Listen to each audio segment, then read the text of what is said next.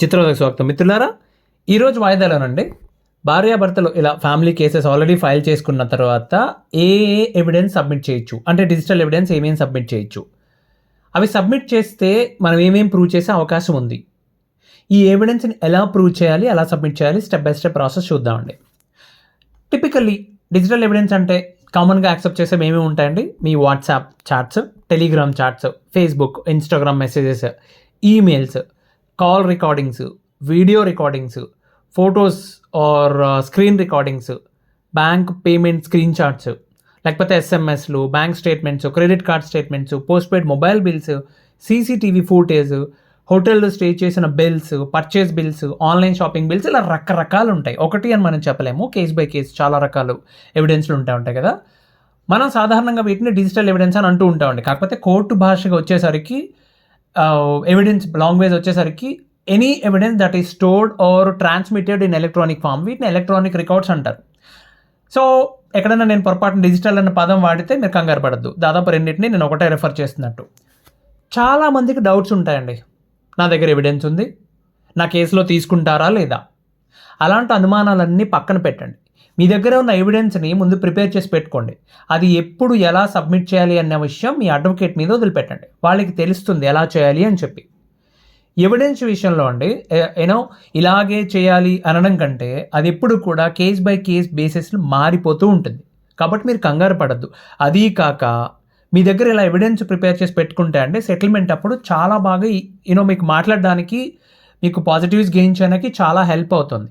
కాబట్టి మొహమాట పడకుండా ఎవిడెన్స్ ప్రిపేర్ చేసి పెట్టుకోండి. సరే, ఈ ఎవిడెన్స్ సబ్మిట్ చేయడం ద్వారా ఏమేం ప్రూవ్ చేయొచ్చు?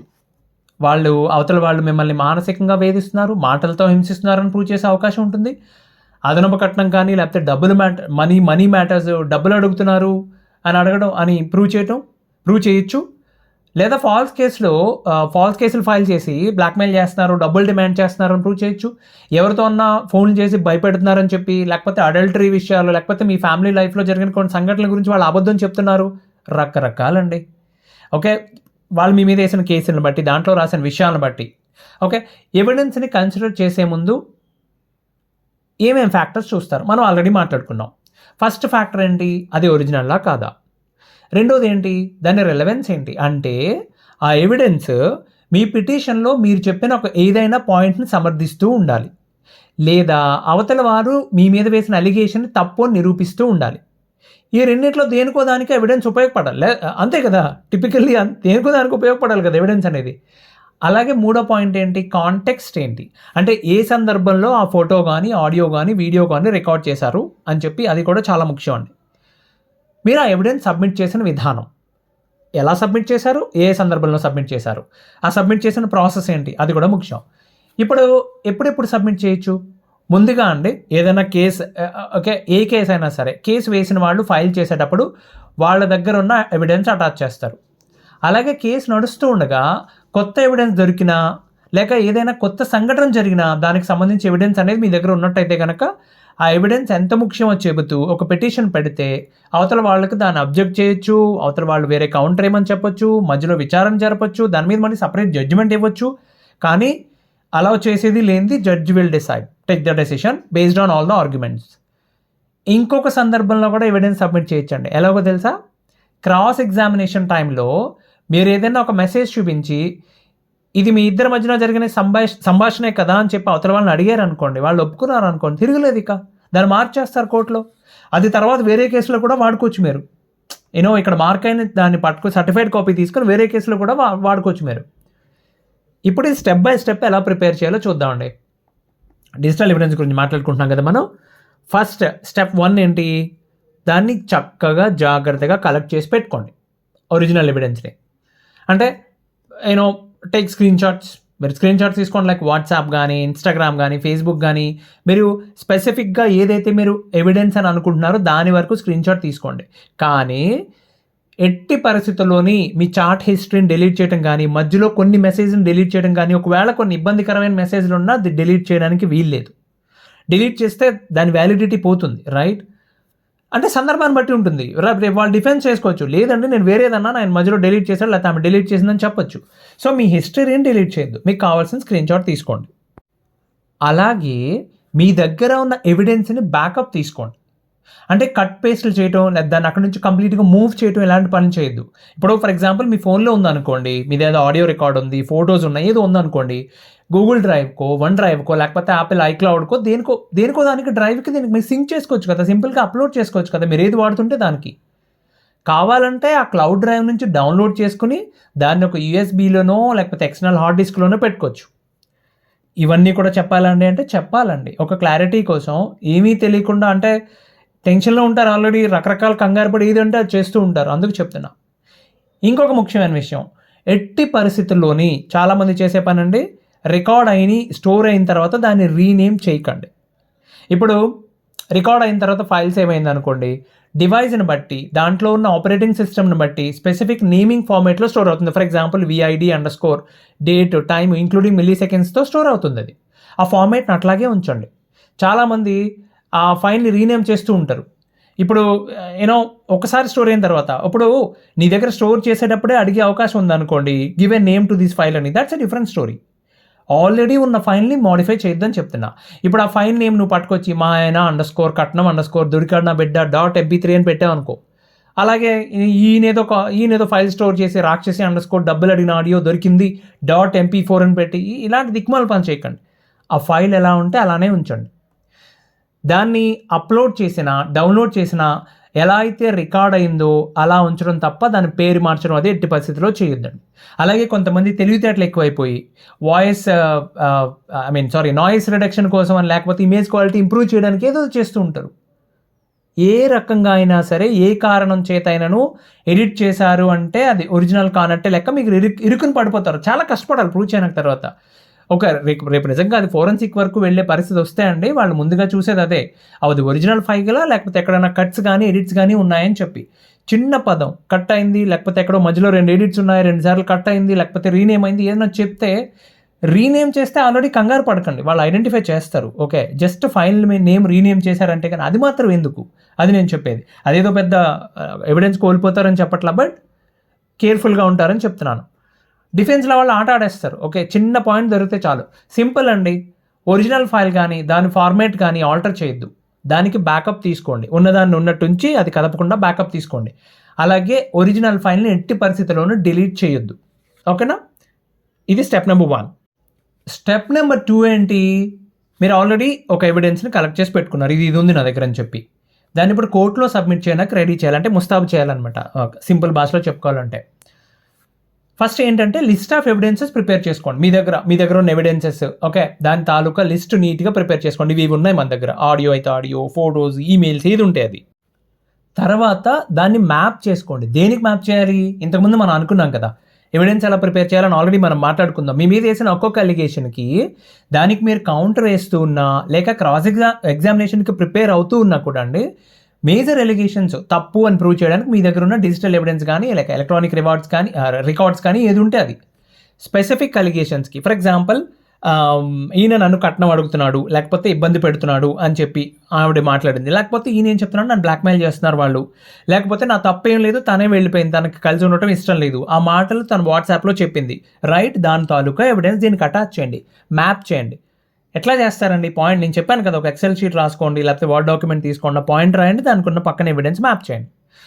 అలా వాళ్ళు ఇచ్చిన కంప్లైంట్లో పారాగ్రాఫ్ ఆర్డర్ ఎలా ఉందో దాన్ని బేస్ చేసుకుని మీ ఎవిడెన్స్ కూడా ఒక సీక్వెన్స్లో పెట్టుకుని వాటికి నెంబర్స్ ఇచ్చుకుంటూ వెళ్ళండి. ఇదంతా జస్ట్ మీరు ఒక డాక్యుమెంట్, ఒక పేపర్ మీద పెన్తో అన్నా చేయొచ్చండి, ఒక ఎక్సెల్ షీట్లో అన్నా చేయొచ్చు, ఈజీగా ఉంటుంది. ఓకే, ఎవిడెన్స్ మీరేం టచ్ చేయక్కర్లేదు దానికోసం. లిస్ట్ రెడీ అయిన తర్వాత ఇప్పుడు ఎవిడెన్స్ రెడీ చేయండి. సింపుల్ అండి, వంట చేసినప్పుడు దేని తర్వాత ఏది వేయాలి కరెక్ట్గా తెలియాలి కదా, వంట కనుక రుచి రావాలంటే తెలియాలి కదా, ఇది కూడా అదే అనమాట. మీ దగ్గర మెసేజెస్ ఉన్నాయనుకోండి, వాట్సాప్ చాట్స్ ఉన్నాయనుకోండి, పీడిఎఫ్కి ఎక్స్పోర్ట్ చేసుకోండి. ఓకేనా, ఎక్స్పోర్ట్ చేసుకోండి, లేకపోతే చాలా క్లియర్ స్క్రీన్ షాట్స్ తీసుకోవాలి. ఫేస్బుక్, ఇన్స్టాగ్రామ్ మెసేజెస్ అయితే వాటిని వీలైతే కలర్ ప్రింట్స్ తీసుకోండి. ఆడియో, వీడియో ఫైల్స్ ఏమైనా ఉన్నాయనుకోండి, నేను చెప్పినట్టు గూగుల్ డ్రైవ్కి అప్లోడ్ చేసి దాన్ని MP3, MP4 ఫార్మేట్లో దాన్ని CDలో కానీ, DVDలో కానీ, USB డ్రైవ్లో కానీ పెట్టుకోండి.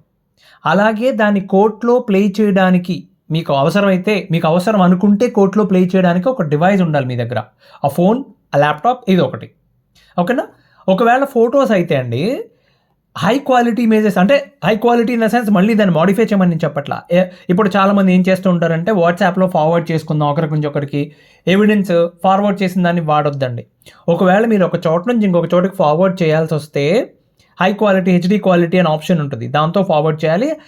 Otherwise best option is Google డ్రైవ్లో అప్లోడ్ చేసుకొని, ఆర్ మీ దగ్గర ఏదైతే ఐక్లౌడ్ అయితే ఐక్లౌడ్ దాంట్లో అప్లోడ్ చేసుకొని డౌన్లోడ్ చేసుకోండి. That's the best thing. ఇక్కడ కొన్ని గుర్తు పెట్టుకోవాల్సిన ముఖ్యమైన విషయాలు చెప్తా అండి. ఓకేనా? First thing metadata. అంటే మీరు ఎప్పుడైనా సరే అండి చాటింగ్లో వాట్సాప్లో టెక్స్ట్ని ప్రింట్అవుట్ తీద్దామని అనుకున్నారండి, అక్కడ క్లియర్గా కనబడాల్సిన డీటెయిల్స్ ఏముంటాయండి? కోర్టుకు సంబంధించినంత వరకు ఎవిడెన్స్లో కాంటాక్ట్ పేరు ఉంటుంది, డేట్, ఇంకా టైము.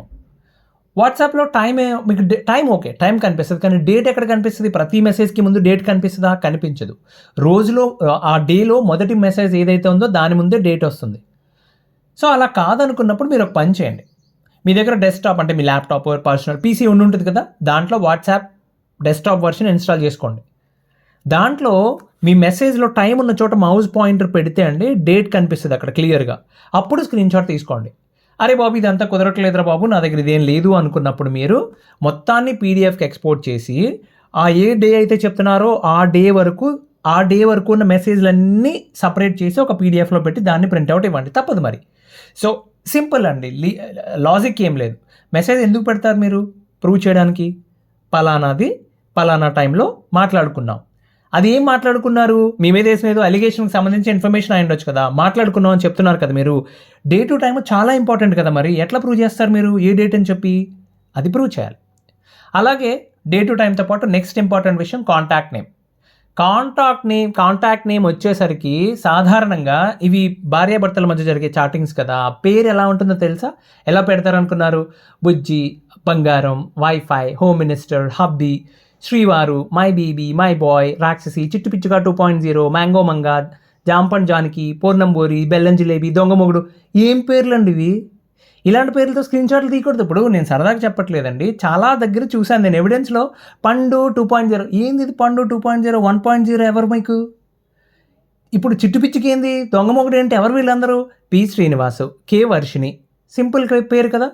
ఒకవేళ మీ ముద్దు పేరుతో అలా పెట్టుకున్నానండి, మీరు ఎవిడెన్స్ తీసుకునే ముందు కాంటాక్ట్స్లోకి వెళ్ళి పేరు మార్చండి, ఆవిడ పేరు పెట్టండి, ఆయన పేరు పెట్టండి, ఎవిడెన్స్ స్క్రీన్ షాట్ తీసుకునే ముందు పేరు పెట్టండి, అప్పుడు స్క్రీన్ షాట్లు తీసుకోండి. ముద్దు పేర్లు వాడితే మీ అడ్వకేట్ కూడా ఆయన తలపట్టు కూర్చున్నారు. ఇప్పుడు అన్నిటికంటే ముందు క్రాస్ ఎగ్జామినేషన్లో మిమ్మల్ని అడిగే మొదటి ప్రశ్న అండి అది. ఏం నాయన మీ ఆవిడని ముద్దుగా పిచ్చుక నెమలాయని పిలిచేవాడు కదా, ఏమ్మా మీ ఆయన్ని నువ్వు శ్రీవారు బెల్లముక్క అని ముద్దుగా సంబోధించేదాను కదా, మీరు ఇచ్చిన ఎవిడెన్స్లోనే ఉందండి అది అంటారు. అంటే ఓ పక్కనేమో పెళ్ళైన మరుసటి రోజు నుంచే వేదనలు, వడగళ్ళు మొదలయ్యని చెప్పారు కదమ్మా, మరి ఈ ముద్దు పేర్లు ఎక్కడి నుంచి వచ్చినాయని అడుగుతారు. మొన్నటి దాకా కూడా ఇలా పిలుచుకున్నారు కదా మీరు అంటారు. అదేమీ పెద్ద ప్రూవ్ చేసే విషయం కాదు, ఏదో సాధించేద్దామని కాదు. మీ క్రాస్ ఎగ్జామినేషన్ కోసం బోన్లో నిలబడి మీ కాన్ఫిడెన్స్ మీద గట్టిగా లెంపగా కొట్టేస్తారు వాళ్ళు. ఫస్ట్ మీ కాన్ఫిడెన్స్ దెబ్బతీసి అప్పుడు రైట్ క్వశ్చన్ అడుగుతారు, తడబడతారు ఆన్సర్ చెప్పడంలో. వాళ్ళకి కావాల్సింది అదే. ఇలాంటి తప్పులు చేయొద్దు. ఓకేనండి? కాంటాక్ట్ నేమ్ విషయంలో జాగ్రత్త. అలాగే మీరు ఆడియో వీడియో ఫైల్స్ ఇచ్చినప్పుడు అండి దానికి సరిపోయే ట్రాన్స్క్రిప్ట్ ఫైల్ ఒకటి రెడీ చేసి పెట్టుకోండి. అంటే ఇప్పుడు మీ దగ్గర ఒక ఆడియో ఫైల్ ఉందనుకుందాం అండి, అందులో చాలా క్లియర్గా మీ భర్త మిమ్మల్ని మెంటల్ టార్చర్ చేస్తున్నట్టు తెలుస్తుంది, లేదా మీ భార్య మిమ్మల్ని బ్లాక్మెయిల్ చేస్తున్నట్టు, డబ్బులు డిమాండ్ చేస్తున్నట్టు చాలా క్లియర్గా ఉంది. మొత్తం ఆడియో రికార్డు 25 minutes ఉందనుకుందాం, దాంట్లో 18th minute దగ్గర ఈ మ్యాటర్ ఉంటే అదొక్కటి కట్ చేసి ఇవ్వలేరు కదా మీరు. ఒరిజినల్ అంటున్నాం కదా, దాన్ని మరి మాడిఫై చేయలేరు కదా. మరి ఏం చేయాలి? ఆడియో ఫైల్ మొత్తం ఇచ్చి మీరు దానికి కూడా ఒక ట్రాన్స్క్రిప్ట్ ఫైల్ యాడ్ చేయండి. ఏం లేదు, నార్మల్ ఫైల్, దాంట్లో రాయండి క్లియర్గా టైం స్టాంప్, ఏ టైం స్టాంప్ దగ్గర ఎవిడెన్స్ ఉంది, 14:30 దగ్గర, 18:12 దగ్గర మొదలవుతుంది ఇది. ఓకే, అవి సాధారణంగా ఏ భాషలో ఉంటాయి? రీజనల్ లాంగ్వేజ్లో ఉంటాయి, తెలుగులో ఉంటాయి. దాన్ని మీరు వీలైతే ట్రాన్స్క్రిప్ట్ చేసి ఇంగ్లీష్లోకి ట్రాన్స్లేట్ చేసి రాయండి. తెలుగు రాయండి, కింద ఇంగ్లీష్ ట్రాన్స్లేషన్ రాయండి. దీనివల్ల అండి రేపు కోర్టులో నిజంగా క్రాస్ ఎగ్జామినేషన్ టైంలో అంతా సక్సెస్ఫుల్గా జరిగి మీకు అనుకూలంగా జరిగి దాన్ని మార్క్ చేసే టైం వస్తే కనుక చాలా ఈజీ అయిపోతుంది వాళ్ళ పని. ఒకసారి వింటారు, oh yeah that's fine, so as it is ఇక్కడ ఉన్నట్టే ఉంది కదా అనుకుని అది విని చక్కగా మార్క్ చేస్తారు. అది పట్టుకెళ్ళి ఆ యూఎస్బీ డ్రైవ్ ఏదో పట్టుకెళ్ళి లోపల మార్క్ అయిన ఎవిడెన్సెస్లో కలిపేస్తారు. హాయిగా ఉంటుంది మీ పని. ఓకేనా? ఇంకొక ముఖ్యమైన విషయం, మీ దగ్గర ఆ ఒరిజినల్ డివైస్ అనేది మీ దగ్గరే పెట్టుకోండి. అది ఎట్టి పరిస్థితుల్లో మిస్ చేయొద్దు. చాలామంది ఓకే పాసిబుల్ అయ్యే విషయం కాదు. ఎప్పుడో ఫోన్ రికార్డ్ అయ్యి ఉంటుంది 2010లో 2025లో కేసు నడుస్తుంది. ఆ ఫోన్ ఇప్పుడు ఎక్కడ ఉందండి, ఎప్పుడో పోయిందని చెప్పి రీసైకిల్ కూడా అయిపోయింది అంటున్నారు. That is fine, that is absolutely fine. మీ దగ్గర మోడలు, దాని ఫోన్ పేరు, దాని మోడలు, దాని వర్షన్ ఇదంతా ఉన్నంత వరకు, ఒరిజినల్ ఆడియో ఫైల్ మీరు మాడిఫై చేయనంత వరకు ప్రాబ్లం లేదు. సో ఇంకా కూడా ఇన్ని ప్రిపేర్ చేసిన తర్వాత అండి సపరేట్ కవర్స్ పెట్టుకోండి. ఓకే, ఈ ఎవిడెన్స్కి సంబంధించింది దీంట్లో పెడుతున్నా అని చెప్పి స్టిక్కీ నోట్స్ ఉంటాయి కదా, దాని ప్రకారం okay exhibit 1 or evidence 1, evidence 2, evidence simple లాంగ్వేజ్లో సీక్వెన్స్లో రాసేసి పెట్టండి. ఓకే, ఈజీగా ఉంటుంది. వీలైతే case number followed by evidence, case number EV1, మీకు అర్థమయ్యే లాంగ్వేజ్లో రాయండి సార్ సింపుల్గా. ఇదంతా మీరు పర్ఫెక్ట్గా ప్రిపేర్ చేసుకుని వెళ్తే అండి, అడ్వకేట్స్ కూడా ఏమవుతుందంటే వీళ్ళు ఎంత ప్రిపేర్ చేసినప్పుడు కనీసం మనం సరిగ్గా ప్రజెంట్ చేయకపోతే నాకు చిన్న ఫీలింగ్ ఉంటుంది. సాధారణంగా ఇలా రెడీ చేసి ఇచ్చినప్పుడు ఎవిడెన్స్ అథెంటిక్ కూడా వాళ్ళకి ఇంట్రెస్ట్ వస్తుంది. అప్పుడు కూడా సరిగ్గా డీల్ చేయకపోతే ఒకటి వాళ్ళ అసమర్థత అయి ఉండాలి, లేకపోతే మీ దురదృష్టం అయి ఉండాలి, అది వేరే విషయం.